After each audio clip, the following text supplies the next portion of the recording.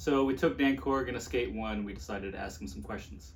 Dude, look at how comfortable Vic is to film this. How else am I gonna film both of you guys? Let's go, and we're on the move. All right, real quick, where are we going, guys? We're going to skate one. We're gonna give Dan and you the tour. I can't get over the fact that you were like, "Where's the record button?" and it was set on photo. Like, how? That just happened. I wish you could have filmed it, but we couldn't because it was on photo, and Deville doesn't know how to change it. So I'm old. I don't know how to use these phones. All right, Dan. How did you get on Powell? you were there for it, huh? Yeah. I was skating Dan's outdoor, and the team manager, Deville, This guy. he was just like, I think you were just like, "Hey, who are you getting boards from?" Oh, like I have this situation where I get boards from Primitive, but I don't have to do anything. Like they don't expect anything out of me. He was like, "Oh, how would you like that? But like Powell boards instead." Yeah, I don't know. That was kind of it. You can't say that because I'm not allowed to steal. We had the because you said that to me. You're like, "Oh, I don't steal," and I was like, "I don't actually ride for Primitive. They're just giving me boards for free because I wasn't riding for Friendship anymore." Honestly, when we talked about it, I remember the whole time thinking like, I want to try these flight decks. Oh, well, I'll send you flight decks. Here I am. You stole me. So you're basically getting flight decks to do nothing? Well, he was basically like, well, we'll see what happens. It was very open-ended. Yeah, I'm kind of just doing it for funsies right now. Yeah, and then we went out. We got a little motivated, but then I was like, oh, YouTube. It wasn't a YouTube thing at all yet. There was Nigel, because at first I was having Dale come out. I think he just used me to get to Dale, to be honest. I think that's how I got on. Is that true, Deville? I don't even remember. The funny thing is, when I saw him skate, I was like, oh, this guy's kind of creative. Definitely not making a number fun too with him, but Yeah. I like the way he skates. Next question is, why'd you quit Powell? So I was getting boards from Powell, getting, pretty much the full sponsorship treatment. But I talked to Andy Schrock, and he had a company called 3 Block that he was trying to get some momentum behind. And basically he was like, hey, we would like you to ride for this company. We would like to pay you. And then also we want you to have a hand in shaping a company, and then we'd pay you for that as well. And that sounded really intriguing. I would say that Deville and me are friends before business associates. And he was just like, yeah, do what's best for you. And so I went and did the thing with 3 Block. But then I just missed flight deck so much. No, I'm just kidding.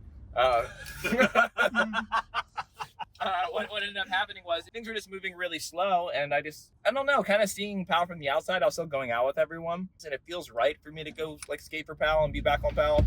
And then I remember calling Deville and like, hey, what's up? And then I came back.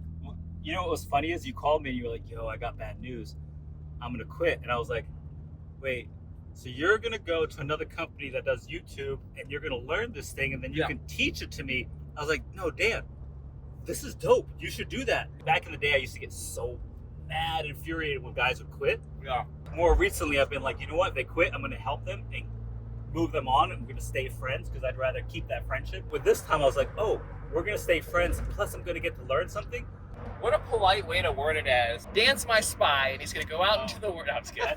That's actually a good analogy. Yeah, I was out there gathering intel for you. But I was still skating with you guys all the time. I have nothing bad to say about 3 Block Revive Camp. They're all awesome sweethearts, still friends with those guys. But when I came back to Powell, it made more sense when I talked there. And then I had a meeting with George and all that. He literally put me fully on the team because I put out that video part. And then I think I left like a month later. It was right when I got fully on and pied. I was like, that's enough of that nonsense. That's really what it was. I didn't appreciate getting pied in the face, so I quit. That's the story I'm going with now. Next question. My girl's got some questions. Question. Folder. Is California your home now? Yes. Just like anyone else. I'm an East Coaster for sure. I have an East Coast accent. When I think of home, I don't really think of anywhere, and that's kind of always been the case. I don't know. The closest I've ever felt to home was when I was living in my van. That felt was my spot. But I love California. I don't have any. I'll leave California when I'm done with skating. If I can't skate anymore, I think that's when I would go somewhere else. Where would you go? I don't know. Someplace quiet, I think. I think what keeps me in California is just how convenient it is with the weather and the skate parks and all my, there's so many skaters out here. And outside of that, I could take it or leave it. It's a little too busy for me. But especially with I'm an influencer for a living. You can't really do that in other states, except for New York City, which I sure as hell ain't doing. Would you go somewhere with the countryside? Are you gonna go to a city? You're gonna go to East Coast? Where? I don't know. Right now I'm leaning towards North Carolina, the Raleigh-ish outskirts area, or this is 10 years down the line, so who knows? Japan. Maybe I'll go to Japan. Maybe you should go to Japan now. I'm trying to. Germany and Japan this year would be dope. Well, I've been to both. Go to Japan. Go to Japan. Hey, this interview's about me. What's up? How long did you live in your van for? 3.5 years. 3.5 years living Yeah. in that van. Okay. That's crazy. Where do you shower? Like, what is the day-to-day living in your van? So there's two versions of the story. One is shower at a gym membership. But the second version of this is COVID happened. So gyms are closed. So then it was just hitting up my friends. A lot of like, hey, can I come shower? And luckily for me, Dale was like, hey, he gave me a key so I could shower whenever I wanted. And that was awesome. Life changer. Yeah, really helped. You him. talk shit on Dale all the time. He's not a good person. He just has a good shower. I don't like Dale. I like hot water. You know what I mean? Being a boring bald white guy is kind of my shtick, and I don't like how he took it. Freezing at night, it being too hot in the van, like all that shit comes to mind living in a van. So no space. Yeah, I really like sleeping when it's cold, so that was awesome. In the summer, you're up at 6:30 a.m. because it gets too hot. And so it put me on this schedule and I was like working too, so I had to get up shortly, like around that time anyways. Where would you work? First job I had was a delivery job. The second job was another delivery job. It was pizza. And then working for Keen Rams, building ramps. Yeah, I also like skating skate parks early in the morning. So it was like get up at 6:30, be at park around 7:30, have it to myself for a while. I have a question. Where would you park your van? I try to park in like nicer neighborhoods. There's a specific level of a nice neighborhood that you can go to. If it's too nice and they don't recognize the vehicle, they'll call the cops. And I learned that like my first month in California. I had the cops called on me twice for sleeping in a neighborhood. Karens turn out to be wealthy most of the time. I've slept at Cherry Park a bunch of times. 2 separate occasions. People would get in fistfights up against my van. Like they're 2 different times people were fighting and were like fighting on my van. Really? Yeah, it was super random. And you're in it. Yeah, and I was just in it giggling. But you like film it? No, I didn't film it. I didn't want them to know I'm in there. They sound like they're wild people, so. What's up with you and the Mr. Rogers sweaters? Won't you be my neighbor? I don't know. It looks sick. You're literally trying them all on. I'm not trying to. Those I'm just straight up buying. Because if it's a T-shirt, it's fine. This is gonna be too small though. But maybe not. Oh, I don't know. Might be just right actually. Maybe I just gotta embrace the fact that I am small. It does look fine on you. I don't know. I don't know about the yellow and the yellow. I mean, yeah, this outfit ain't it. But what are you gonna do? Make a big Yellow. Well, these pants I never, because I'm not skating today, so I was like, I'll just wear non-skate pants. But I like the color of the buttons. I just don't know if I have any. I don't know if anything that's gonna go with it. It just makes you look like an old man. You're so funny. I'm 36. What do you think? I don't like the way it sits on my shoulders. No. You know what I'm saying? Picking up what I'm putting down. I think it looks fine. Does I mean, it? if you wash it, it'll be too small. You just fart? Oh No. my god, I'm out. All right, Kevin Harris, who is your favorite skater? Okay, so hands down, best thing I've ever happened to skateboarding is Rodney Mullen, my favorite human skateboarder, what he invented.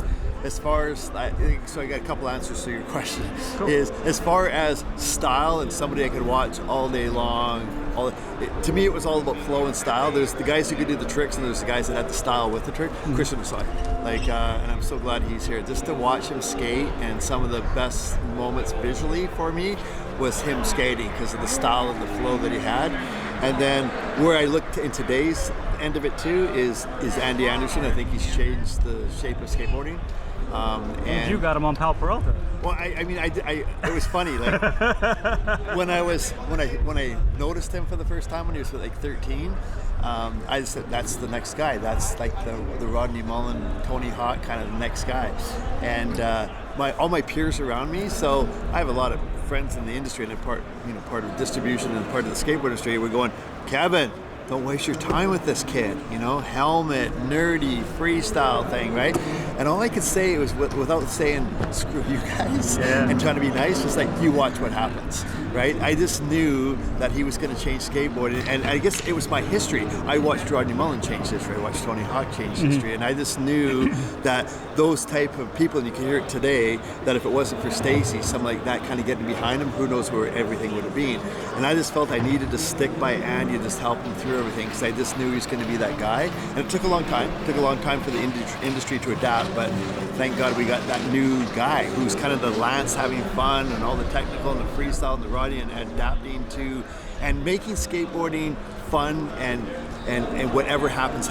You can do anything in skateboarding and you're not uncool or cool, you're just skateboarding. Yeah, especially now with YouTube, you can Do it yourself. Yeah. That's so sick. Yeah. Wait, so you said Krishna Soy. When I first asked you, Krishna Soy is he goofy or regular? He's goofy. What are you? I'm goofy. Okay. Yeah. Perfect. But I mean, back then, like, sure, I watch street skating now and stuff, but if you're at a contest, it's very hard to distinguish the top 10 guys. They're basically all very, very good and very technical, but you can't just look at the guy and go, that guy. Back when I was skating then, you could be a block away and go, that's a Soy, that's Hawk, that's Cab, right? Just by their style and what they were doing. And again, I've always been about just that flow skater that can do the tricks and make them look easy. Krishna stands out of my mind to be that guy, right? And Cab, guys like that are just like, they're so stylish and so smooth, right? Awesome. Thank you. No, thank you. What's for breakfast? Oh, awesome. Oh, look. We actually have breakfast for you.